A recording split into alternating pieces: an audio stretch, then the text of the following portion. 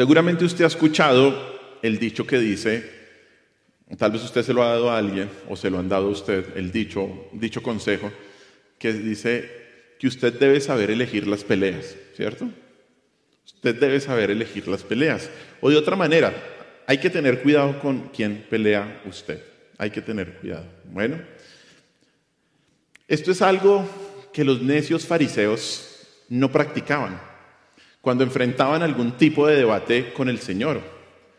Ellos siempre, como el perro arrepentido, terminaban con el rabo entre las patas.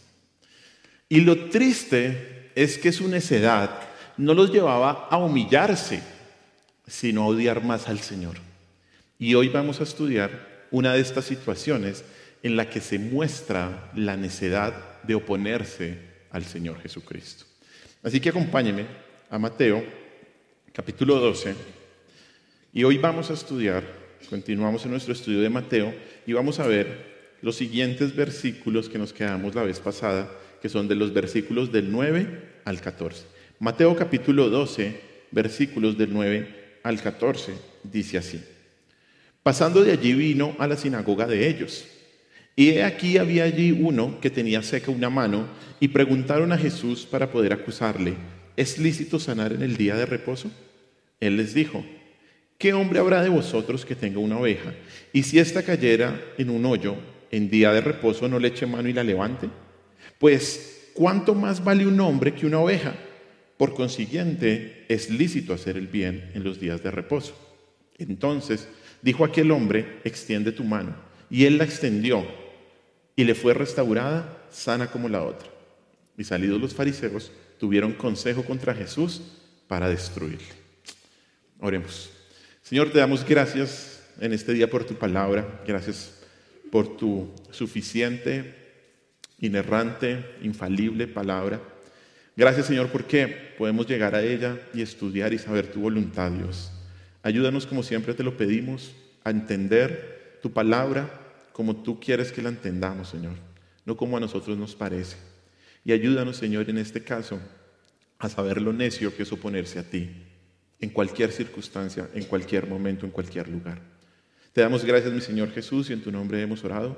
Amén. Amén. Como sabemos, estos versículos hacen parte de toda una sección en donde el rechazo al Señor Jesús se hace evidente.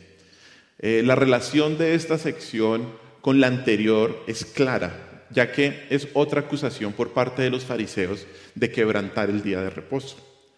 Pareciera como si estos hombres no hubieran quedado conformes a la explicación que el Señor les dio de por qué sus discípulos no podían recoger espigas y comer en el día de reposo. Ellos, en vez de aceptar la clara enseñanza que la ley permitía suplir las necesidades del día de reposo, debido al carácter misericordioso de Dios, decidieron hacer a un lado eso que el Señor les acababa de decir y buscar otro motivo más para condenarlo. Y el Señor, que conocía sus corazones, no huye, sino que intencionalmente busca mostrarles su error una vez más.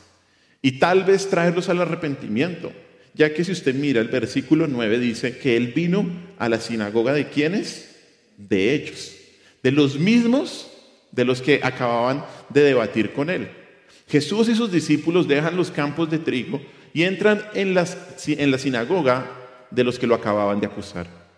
Y en esta ocasión pareciera como si el Señor tomara las últimas palabras que pronunció ahí mismo en el versículo 7 y 8 y ahora va a ser una ilustración de lo que acaba de decir, ya que como Él es el Señor del día de reposo, ahora va a mostrar misericordia con una persona que ha estado enferma.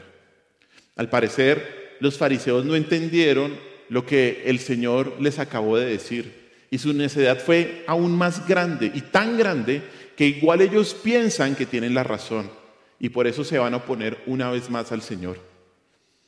Y esto nos debe hacer pensar, porque aunque hoy en día no hay fariseos de nombre, estos versículos sí nos enseñan algo muy importante para todos nosotros.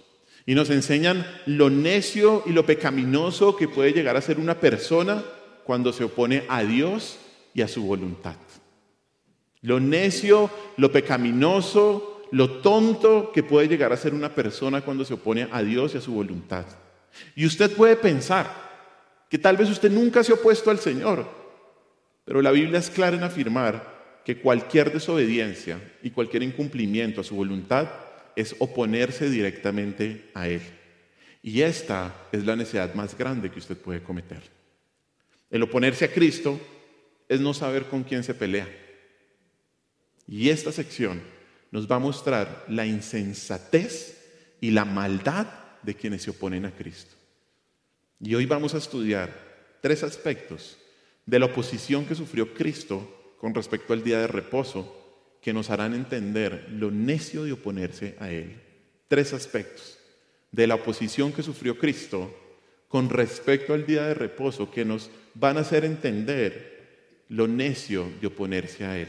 Y si usted en algún momento se ha opuesto o en este momento de su vida usted se está oponiendo a Dios y a hacer su voluntad, tenga mucho cuidado y póngale mucha atención a lo que el mismo Señor Jesús nos dice de lo necio que es esto.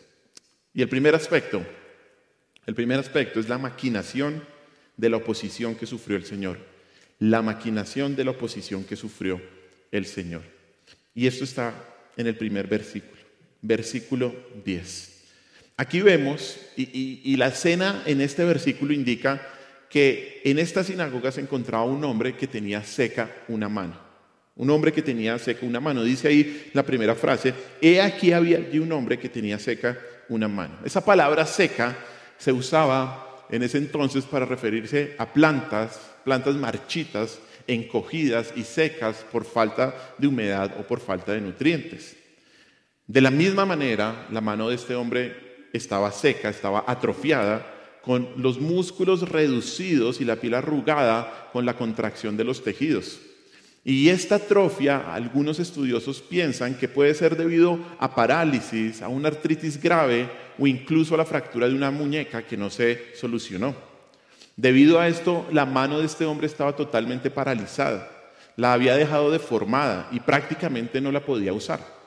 Lucas 6:6 en el relato paralelo, no vamos a ir ahí todavía, pero nos dice que era la mano derecha. Y esto empeoraba la situación, ¿sabe por qué? Porque la mayoría de las personas son derechas y la mayoría de las personas en esa época trabajaban con sus manos. Y que Lucas haya enfatizado que era la mano derecha parece que implicaba que este hombre tenía alguna labor manual. Seguro los fariseos que acababan de acusar a los discípulos de Jesús de quebrantar el sábado esperaban que Jesús se sintiera atraído a sanar a este hombre el día de reposo ahí en la sinagoga, pero su objetivo ¿cuál era? ¿Qué dice el versículo? Para poder acusarlo, ¿cierto? Y por eso luego le preguntan, ¿es lícito sanar el día de reposo? ¿Es lícito? Esa palabra lícito tiene implicaciones legales, por lo tanto la pregunta es si es legal, si es permitido. Y el propósito de la pregunta era acusarle al Señor, ¿no? O sea, llevar a Jesús ante un tribunal judío local y acusarlo de haber quebrantado la ley del día de reposo. Como podemos ver aquí, los fariseos no tenían el menor interés en la condición del hombre con la mano seca. No les importaba para nada. Pero la pregunta que una persona se hace al leer esto es, ¿por qué sanar a alguien sería quebrantar el día de reposo? ¿Por qué? Y la respuesta es que porque, según las regulaciones de los líderes religiosos, no se podía dar ningún tratamiento médico a un enfermo porque esto era considerado trabajo. ¿Se imagina? No se podía dar ningún tratamiento médico porque eso era ¿qué? Considerado trabajo. Trabajo.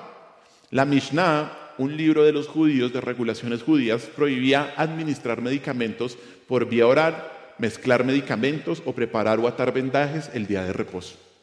Aún más impactante, los rabinos prohibían inducir el vómito, colocar una extremidad rota o reposicionar una articulación dislocada o incluir verter agua fría sobre la fractura o una dislocación para reducir la hinchazón y aliviar el dolor. O sea que si usted se daba duro ese día, aguántese. Bueno, no había nada que según las leyes de las tradiciones religiosas de los judíos podía hacer. O sea, las leyes judías definitivamente prohibían sanar el día de reposo. Incluso algunos judíos, dice la historia, ni siquiera oraban por alguien que estuviera enfermo. Y era cierto, y esto sí es claro, que si la vida de una persona corría peligro, entonces era posible hacer aquello que fuese absolutamente necesario para salvarle la vida. Pero si la vida no estaba en juego, solo se podía hacer lo que evitaría que la persona se pusiera peor, pero no lo que la mejoraría, porque eso sería darle un tratamiento médico, y eso era considerado trabajo el día de reposo. Pero aquí viene lo interesante de este versículo, y es que la pregunta, además de que muestra la posición inmisericordia de los fariseos, también revela su maquinación. ¿Por qué? Porque los fariseos estaban incitando a Jesús a defender su acción antes de realizarla. Y el propósito es que de esta manera ellos podrían demostrar que si el Señor daba sanidad, ¿esto qué sería? Una acción deliberada para profanar el sábado. Esto era intencional, ¿cierto? Este era el autor intelectual del crimen. Quebrantar el sábado, de hecho, era perdonado cuando la ofensa era sin intención y cuando se presentaba una ofrenda por ese pecado. Pero si la ofrenda era deliberada, como pretendían los fariseos, el que la hizo era condenado a muerte. Ese era el punto de esta pregunta. Y aquí vemos que ellos habían armado el perfecto escenario. Había mostrado la maldad de su corazón, cómo esa maldad estaba detrás de sus intenciones. Ahora sí vamos a Lucas capítulo 6, versículo del 6 al 8. Aconteció también en otro día de reposo que él entró en la sinagoga y enseñaba, y estaba allí un hombre que tenía seca la mano derecha. Y le acechaban los escribas y los fariseos para ver si en el día de reposo lo sanarían, a fin de hallar de qué acusarle. Mas él conocía los pensamientos de ellos y dijo al hombre que tenía la mano seca: levántate y ponte en medio. Y él, levantándose, se puso en pie. Mire sobre todo el versículo 7 de ahí de Lucas 6. Mire esa palabra que dice que los escribas, ¿qué hacían? Acechaban. Esa palabra significa observar atentamente, especialmente con intenciones siniestras. Es como cuando un depredador está acechando a su presa, ¿no? La acechaba. Los fariseos, y esto es lo increíble, invertían tiempo de la adoración concentrados en la vigilancia de Jesús, con el deseo de encontrar una causa para acusarle. Es como si usted estuviera aquí en medio de la adoración y usted estuviera mirando: uy, no sé, Juan Pablo se puso la corbata mal, está siendo un pecador. No, algo así.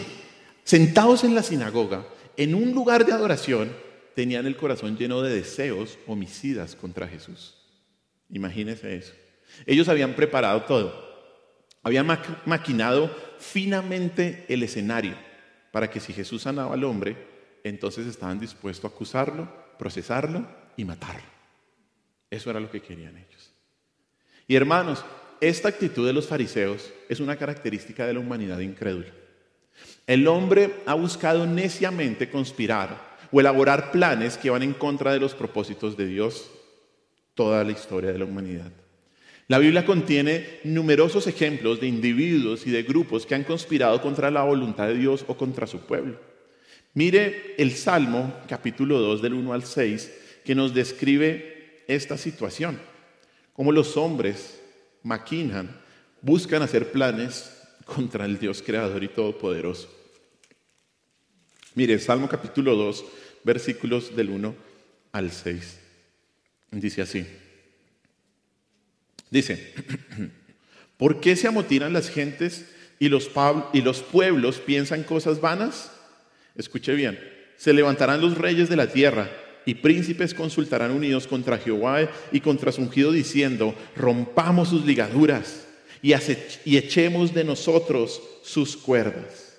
Y mire la respuesta del Señor: el que mora en los cielos se reirá, el Señor se burlará de ellos. Luego hablará de ellos en su furor y los turbará con su ira. Pero yo he puesto mi rey sobre Sión, mi santo monte. Esta es una clara descripción del estado pecaminoso del mundo, donde las naciones a menudo entran en conflicto y se rebelan contra la autoridad divina, contra los propósitos del Señor, contra la verdad de Dios.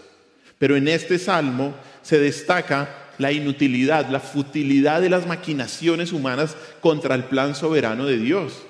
¿Cuál es la reacción del Señor ante todo el consejo de los malignos contra Él? Se ríe y se burla. A pesar de los mejores esfuerzos de las naciones y de los pueblos por imponer su propia voluntad, sus planes son en última instancia en vano cuando se oponen a los propósitos de Dios. Acompáñenme a otro salmo. Vaya más adelante al Salmo capítulo 21, versículo 11. Mire Salmo 21, versículo 11. De hecho, el versículo 12 también lo podemos leer. Dice Salmo 21, 11, porque intentaron el mal contra ti, fraguaron maquinaciones, mas no prevalecerán, pues tú los pondrás en fuga, en tus cuerdas dispondrás saetas como sus rostros. Mientras que los hombres tratan de oponerse a Dios, tratan de oponerse a su voluntad, esas maquinaciones no van a prevalecer. Y esto de hecho nos recuerda otros eventos en la historia bíblica, como la Torre de Babel, donde Dios frustró el intento de la humanidad por alcanzar los cielos. También nos recuerda el libro de Esther, cuando el pueblo de Israel estaba a punto de ser exterminado y de un momento a otro Dios intervino y volvió el plan maligno contra quienes lo estaban intentando. Esto de hecho también presagia la victoria final de Cristo al final de los tiempos, como lo vemos en Apocalipsis 19, donde Jesús regresa para establecer su reino, haciendo inútil toda oposición terrenal. ¿Qué nos enseña todo esto? Hermanos, es inútil, es tonto, es necio rebelarse contra Dios. Los esfuerzos humanos por oponerse a Dios son inútiles. Ninguna nación se podrá oponer al plan soberano de Dios. Dios tiene el control de todas las naciones y sus líderes. Y si ninguna nación se puede oponer al Señor, escuche bien, mucho menos una persona podrá vivir en un estado de continua rebeldía contra Dios sin pagar las consecuencias. Mucho menos una persona podrá vivir en un estado de continua rebelión con Dios sin pagar las consecuencias. En lugar de conspirar contra Dios, si usted se ha puesto a Dios, si usted ha maquinado contra Dios, la persona debería buscar alinearse con su voluntad, reconocer la inutilidad de oponerse a Él, arrepentirse de sus pecados y confiar en Cristo para salvación. Hermano, no siga pensando, bueno, no es un hermano, no siga pensando que usted puede vivir en un estado de continua rebeldía contra Dios, pensando que puede hacer su voluntad sin pagar las consecuencias. Y es que este es un ejemplo claro, porque la inutilidad de las maquinaciones de los hombres debe llevar a los creyentes, además, a nosotros que somos creyentes, a confiar en el plan de Dios. A los incrédulos debería llevarlos a arrepentirse, pero a nosotros como creyentes debería llevarnos a confiar en Dios. ¿Y sabe por qué? Porque el Señor siempre cumple sus propósitos. Porque los creyentes podemos hallar consuelo al saber que ningún plan terrenal puede frustrar los propósitos de Dios. Ningún plan terrenal, hermanos.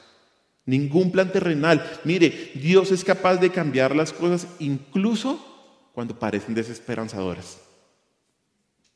Incluso. Y esta verdad debería animarnos a todos nosotros en los momentos más difíciles a confiar más plenamente en Él. Más plenamente en Él. Como lo vamos a ver a continuación, no hay maquinaciones exitosas que puedan oponerse contra Dios, contra sus propósitos.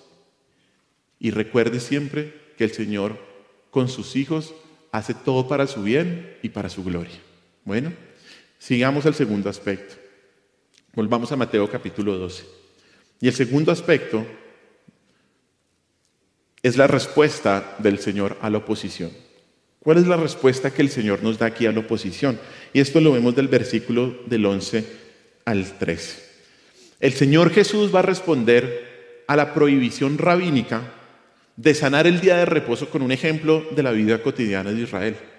Esto lo vemos aquí diferente a los casos anteriores, ¿no? En los casos anteriores el Señor apeló a la Escritura, versículos del 1 al 8, pero en este caso apela a la compasión y al sentido común.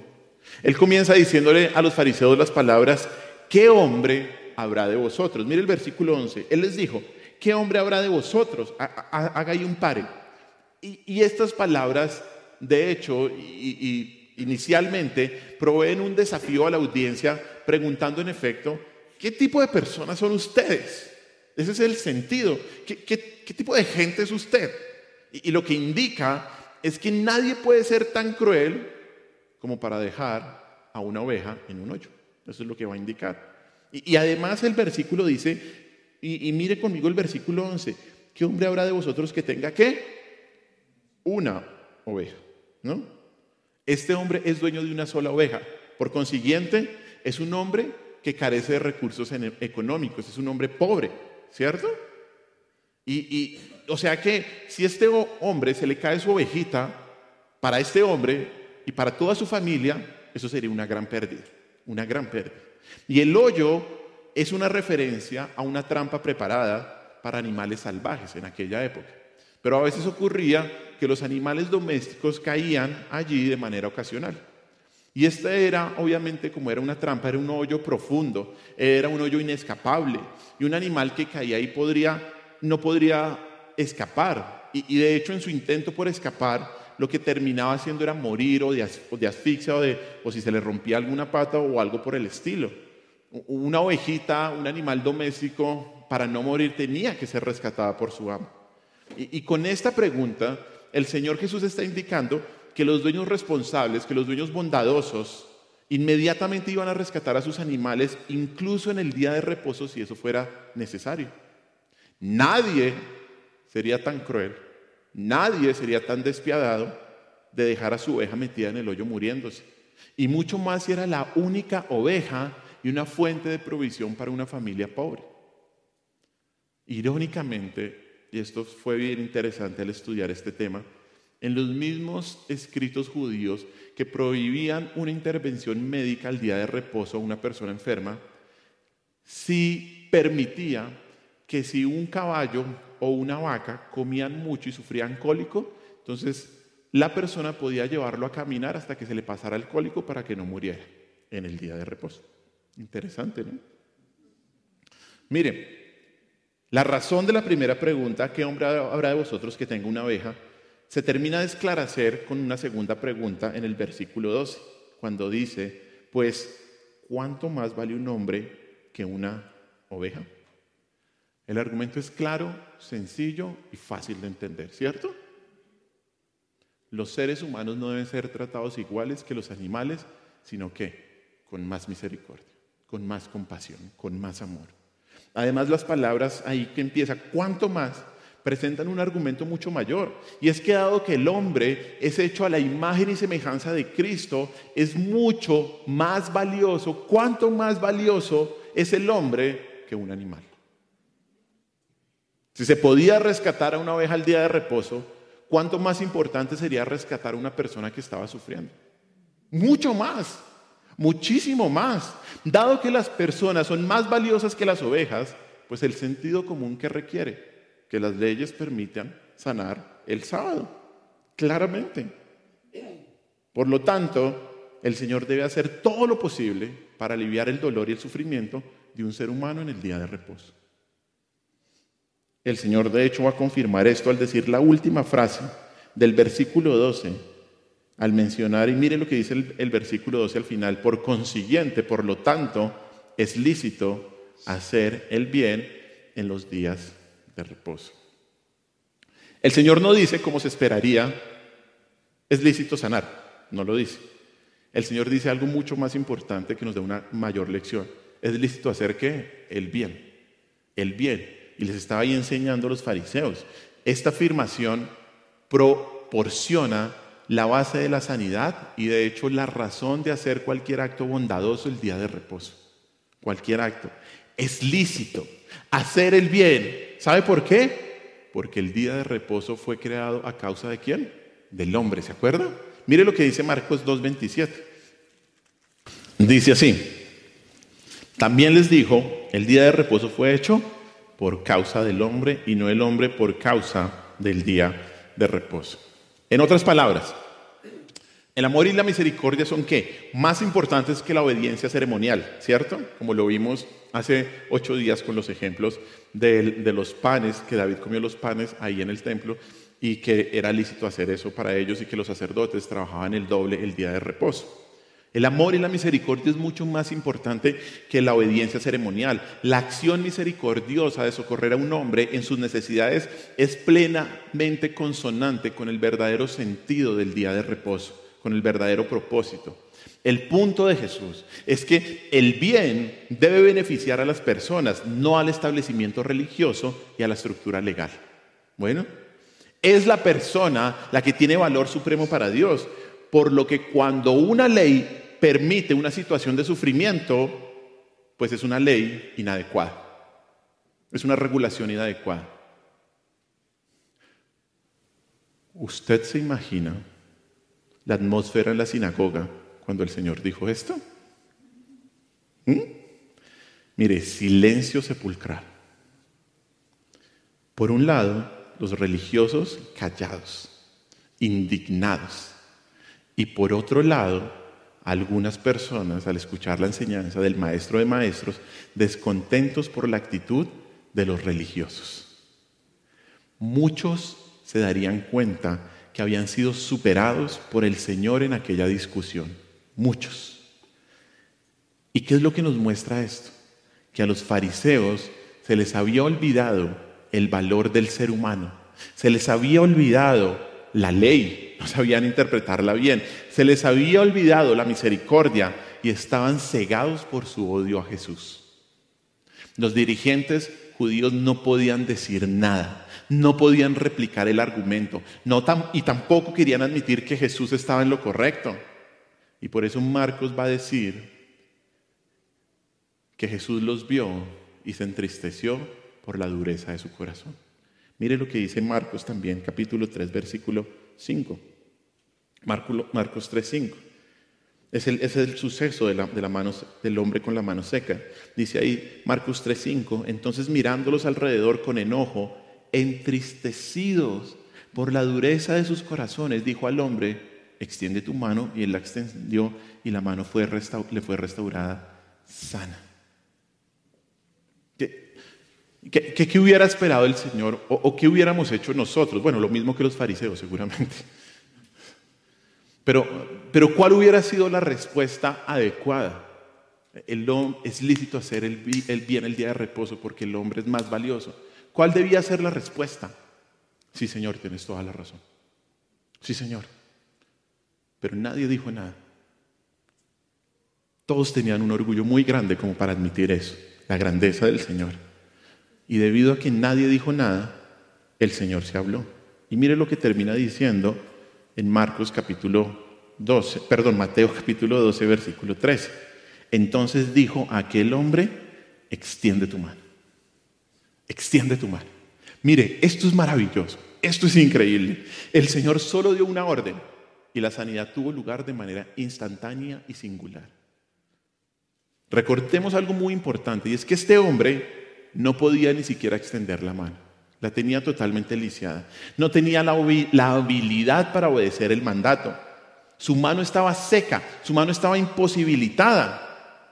Pero a la orden del Señor, ¿qué hizo? Extendió la mano.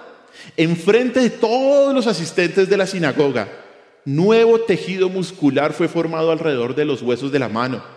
Y los dedos paralizados por años empezaron a extenderse y empezaron a moverse. La restauración fue inmediata y fue completa. Tanto que el versículo que dice, mire bien, y la extendió y le fue restaurada sana como la otra. Sana como la otra.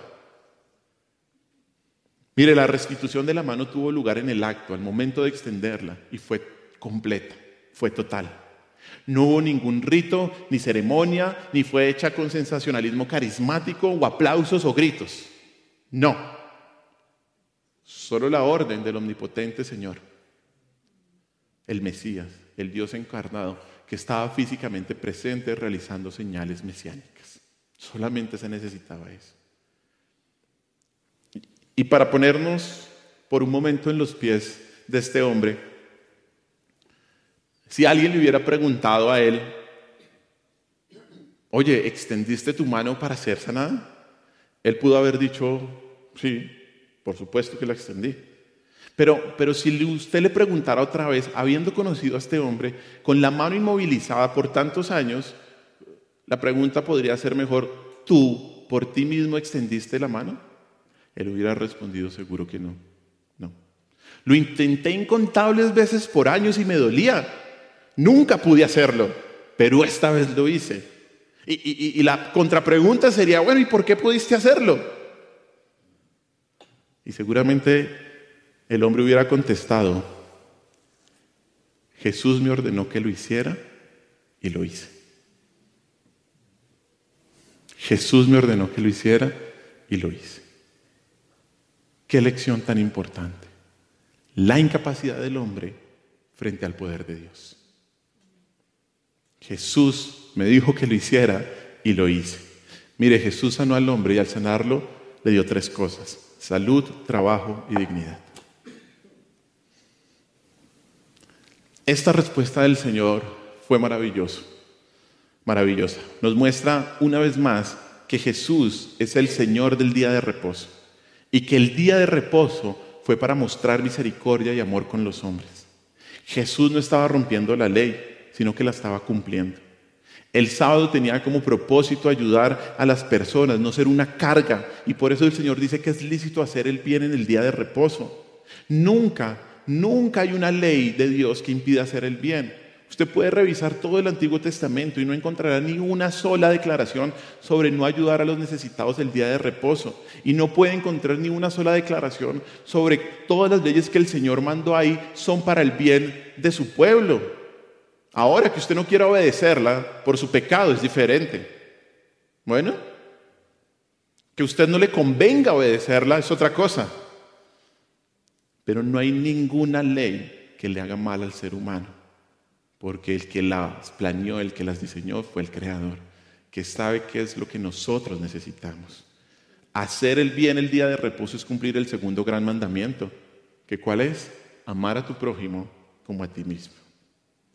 Miren, queridos hermanos, para nosotros los creyentes, Jesús se convirtió en nuestro descanso cuando realizó toda la obra necesaria para nuestra salvación, como leímos hoy en Hebreos capítulo 4. Nosotros descansamos espiritualmente en Él. Por eso para el creyente hacer el bien significa participar en actividades que honran a Dios, que animan a otros, que fomentan un espíritu de descanso y renovación, no solo el día de reposo, sino absolutamente todos los días.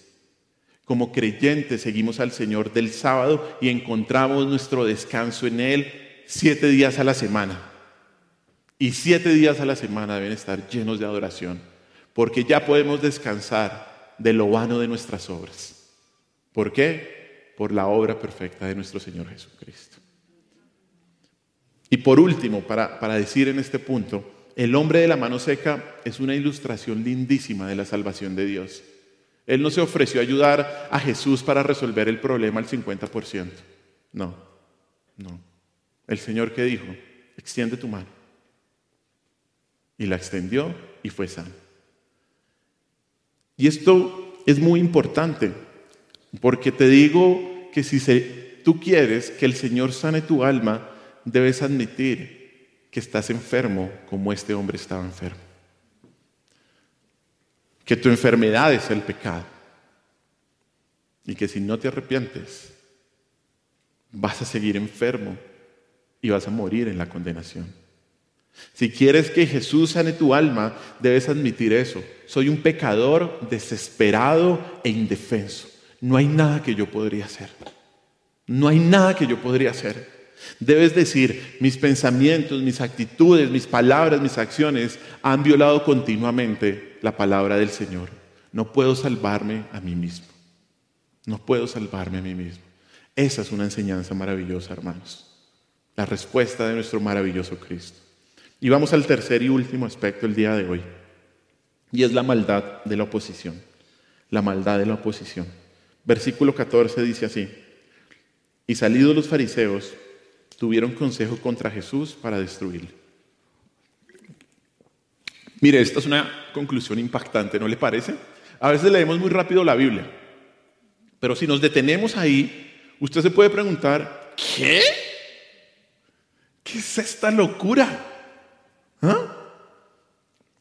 Los fariseos, frustrados en su oposición, derrotados en cada intento, desconcertados por no poder sorprender al Señor en alguna acción, que justificar acusarlo de desobedecer la ley, los fariseos, en vez de rendirse a Cristo, ¿qué hicieron?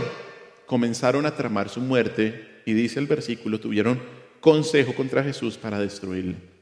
Esa frase consejo significa una deliberación y un resultado inmediatamente. O sea, lo que pasó con el Señor Jesús en el juicio cuando lo llevaron a la cruz, que no hubo un juicio justo. Eso era lo que estaban haciendo aquí, lo que obviamente prefiguraba lo que iba a pasar en la crucifixión del Señor. O sea, deliberaron y resultaron, y el resultado fue, hay que matarlo, hay que destruirlo, Adoptaron esa decisión. Los fariseos llegaron a la conclusión aquel mismo día que la única salida para ellos era destruir al Señor Jesús. La ceguera espiritual y el orgullo de los fariseos era de tal magnitud que los llevaron a pensar que sanar en el día de reposo era un crimen mortal, pero que organizar un complot criminal era un acto perfectamente legal. Mire, estos hombres son el prototipo de la más malvada conspiración de la historia del mundo. Y mire lo que dice Marcos 3:6, porque ahí añade que los fariseos comenzaron a conspirar con otro grupo. Dice ahí contra los herodianos. Mire Marcos 3:6. Dice así, y salidos los fariseos tomaron consejo con los herodianos contra él para destruirlo. ¿Ustedes saben quiénes eran los herodianos? Era otra secta judía enemiga de los fariseos. Enemiga de los fariseos. Mire, esto es un ejemplo vivo del dicho que dice, el enemigo de mi enemigo es ¿qué? Mi amigo. Increíble, ¿no?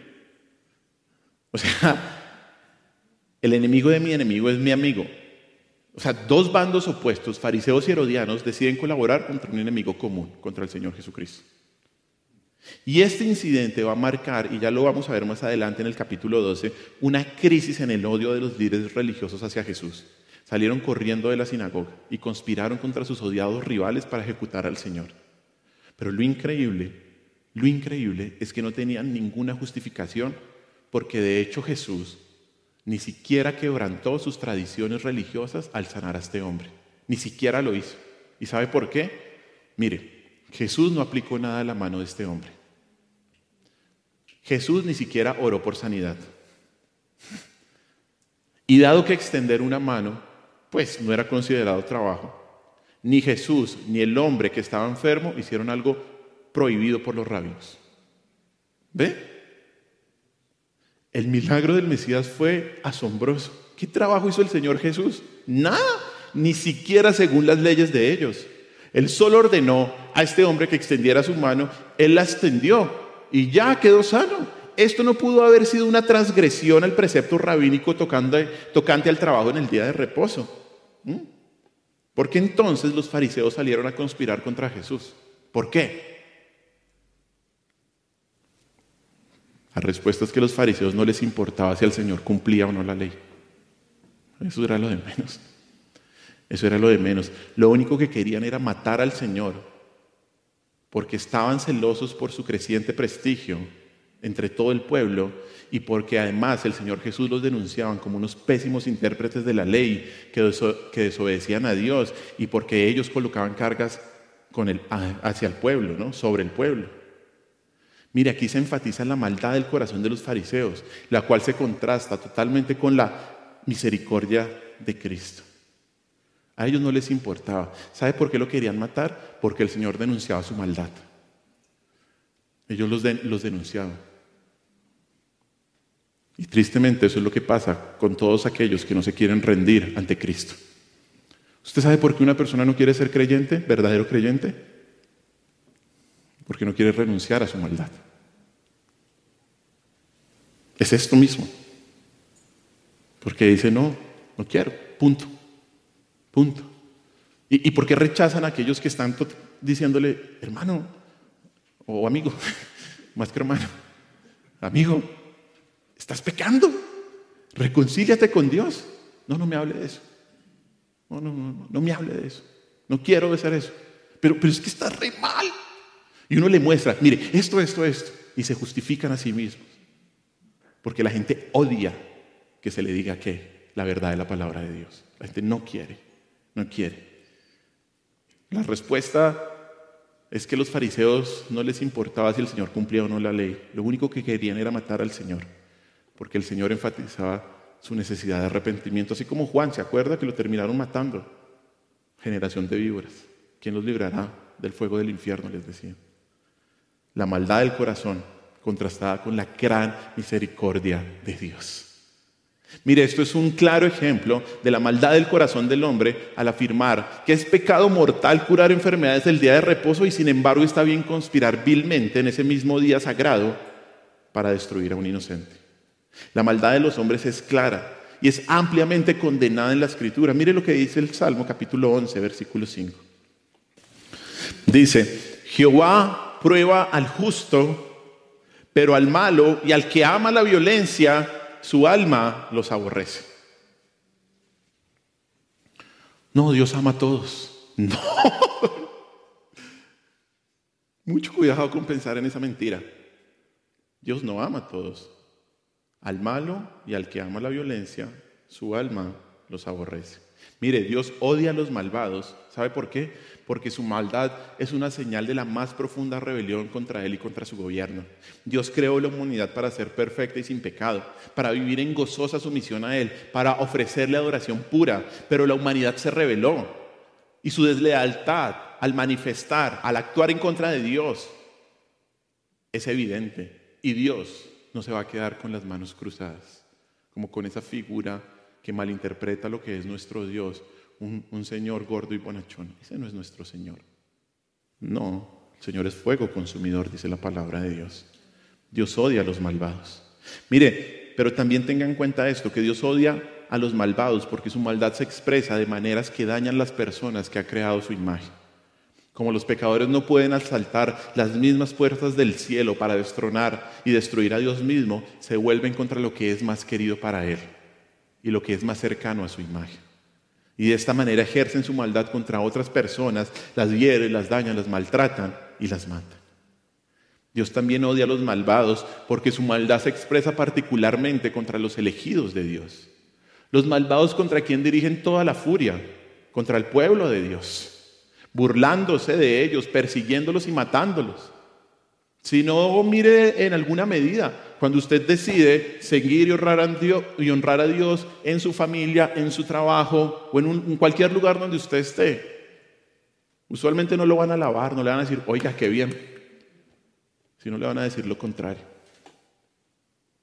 Le van a decir, pero usted, ¿por qué piensa eso? Retrógrado. Pero Dios juzgará a los malvados por su rebelión, los juzgará por sus malos pensamientos, por sus malas acciones e incluso sus malos deseos. Mire lo que dice el Salmo 7, del 11 al 16. Dios es juez justo. Y Dios, escuche bien, está irado contra el impío todos los días.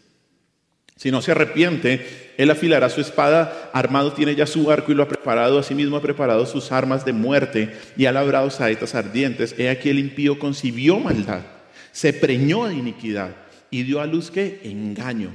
Pozo acabado y lo ha ahondado, y en el hoyo que hizo caerá. Su iniquidad volverá sobre su cabeza y su agravio caerá sobre su propia coronilla. Dios está airado contra el impío todos los días. No crea la mentira, que ya la mencioné. ¿Cómo es que dice? Dios ama al pecador, pero odia al pecado. Eso no es bíblico, hermanos. Eso se lo inventaron personas que no quieren arrepentirse de su pecado. Porque mire lo que dice ahí. Dios es juez justo. Dios está irado contra el impío todos los días. ¿Por qué Dios está irado contra el impío? Porque Dios es justo. Porque Dios castiga el pecado. Y si no lo castigara, Dios sería un Dios injusto. Pero mire el 12. Si no se arrepiente, Él afilará su espada. Dios juzgará a los malvados y les dará el castigo apropiado por su maldad. Sin embargo, como dice este versículo, hay esperanza. Gracias a Dios. Hay esperanza para los malvados, es decir, para todos nosotros. Para todos nosotros, porque todos vamos a enfrentar el juicio y todos lo haremos con un largo historial de malos pensamientos y de malas acciones. Sin embargo, algunos serán recibidos por Dios en su reino eterno. ¿Y saben qué se basará eso? no en la justicia que hayamos ganado, no en sus buenas obras, no en que se comportó bien, no en que hizo las cosas bien y alcanzó grandes logros, sino únicamente en la justicia de Jesucristo, el único justo delante del Señor. Por eso hay esperanza para mí y para usted. Incluso si hay alguien tan malvado en este lugar como lo fueron los fariseos que querían destruir al Señor, hay esperanza.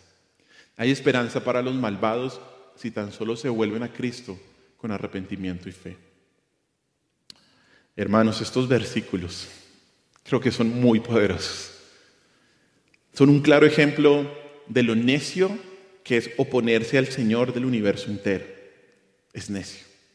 Y si tú eres creyente y te estás oponiendo al Señor, al no hacer su voluntad, para allá. Para allá. Y reconcíliate con Dios si tú eres creyente. Para allá porque sabes que estás mal, porque sabes que estás en pecado, porque sabes que el Señor, que nosotros sembramos lo que cosechamos y que de Dios no nos podemos burlar. Para allá. Y si tú has estado en una situación, o más bien en un estado de permanente oposición a Dios, al no querer arrepentirte, al nunca reconocer que eres un pecador, al no reconocerlo a Él como Señor, también debes parar ya y arrepentirte. Porque no querrás llegar en ese estado al final de tu vida. No querrás llegar en ese estado al final de tu vida. Es una necedad oponerse a Cristo. Es una tontada.